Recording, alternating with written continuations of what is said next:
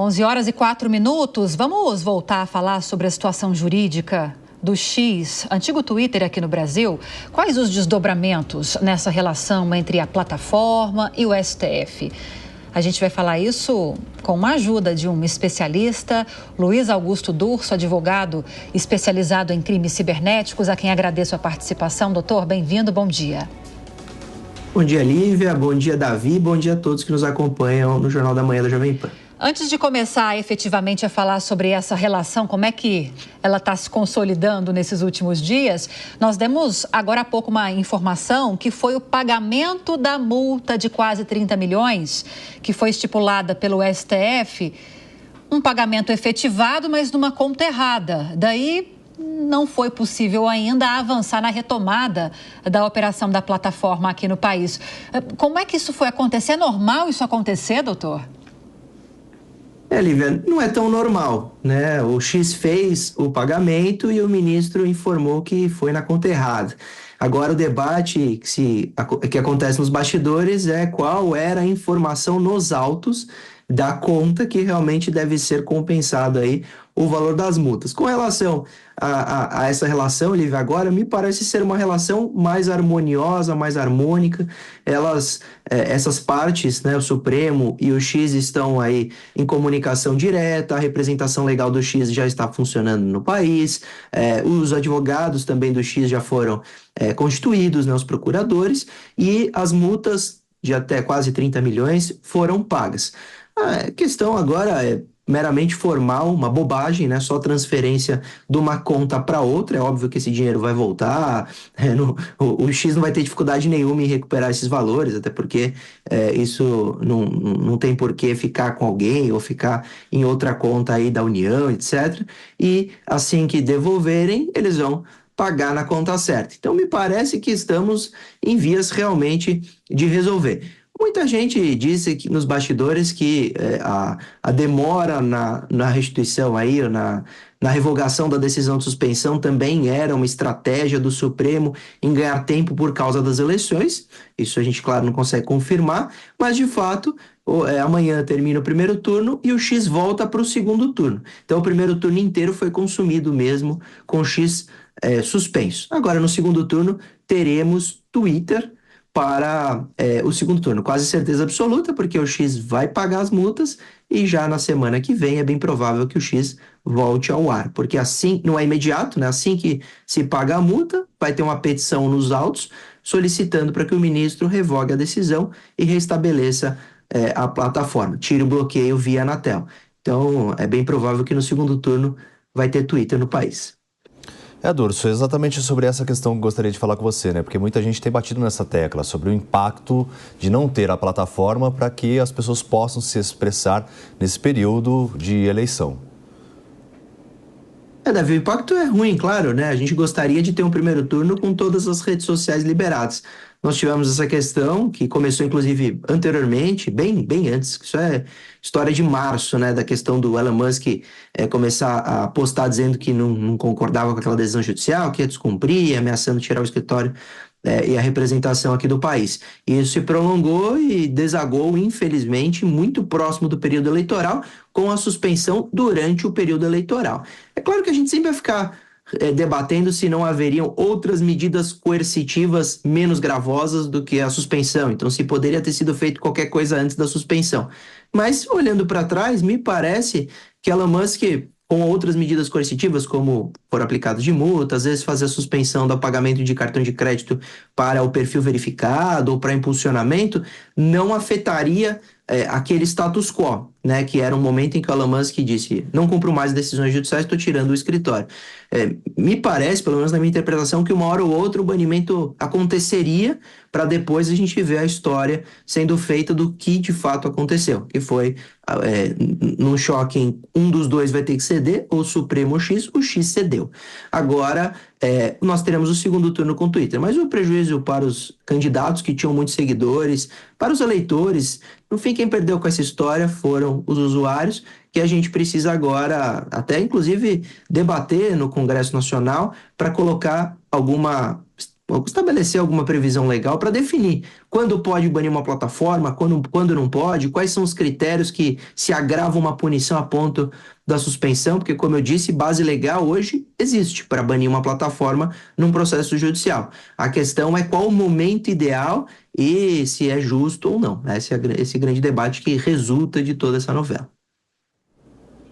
Urso, bom dia, é sempre um prazer enorme conversar contigo e eu não vou resistir à tentação de pedir um comentário teu sobre a grande notícia do dia nessa eleição, né? Tivemos a decisão de remoção de conteúdo por parte da candidatura de Pablo Marçal, a pedido da candidatura de Guilherme Boulos, mas a Justiça também não deu procedência ao pedido de remoção do próprio perfil de Marçal, que havia sido feito pela candidatura do Boulos. Qual é a tua visão a respeito? Mano, prazer encontrar você aqui, alegria. Te assisto toda manhã e hoje te encontrei no jornal. É um tema muito polêmico, né? Foi postado ontem, para quem não acompanhou, no Instagram, esse que foi criado paralelamente pelo Marçal em razão do banimento de todas suas redes, um exame que, em tese, mostraria ali um uso de droga por parte do candidato Boulos. Ele imediatamente desmente, né? Se manifesta também em suas redes sociais e protocola um pedido na Justiça Eleitoral para banir o perfil e aquele post. Mas imediatamente o próprio Instagram fez a suspensão daquele conteúdo, o post em si, não o perfil.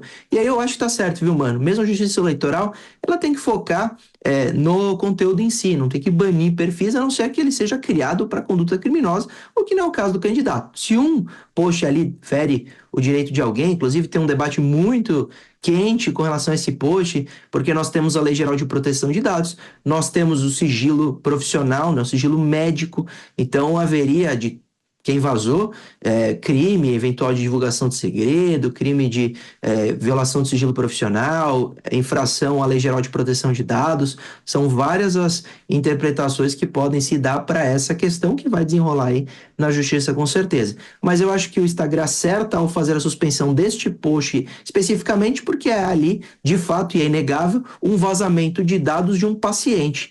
E esse paciente, como titular, pouco importa seja candidato ou não, de dados, tem direito ao sigilo.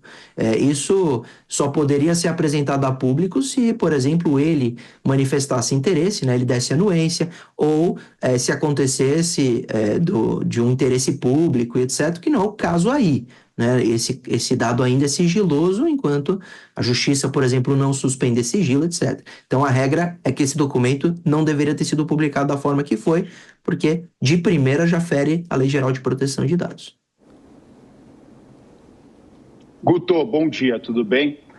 Amigo, eu queria que você falasse sobre a discussão sobre a regulamentação das redes sociais no país. Esse caso do X acontece simultaneamente a uma discussão no Congresso Nacional. Você acha que há necessidade de regulamentação? Os instrumentos jurídicos que nós temos hoje são suficientes?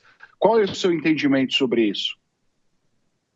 Acaso, prazer em te encontrar, meu professor da faculdade, há alguns bons anos, mais de 10 anos, e, meu irmão, a gente precisa debater sobre algum tipo de previsão legal que venha a acontecer, sobre inteligência artificial, sobre responsabilidade de plataforma, não sobre conteúdo, não sobre a livre manifestação do usuário, mas sobre a responsabilidade dessas plataformas, porque, sem dúvida nenhuma, elas hoje são quem decidem as coisas dentro do seu portal. E para você ter uma decisão diferente, sempre tem que recorrer à justiça, o que é muitas vezes problemático e moroso.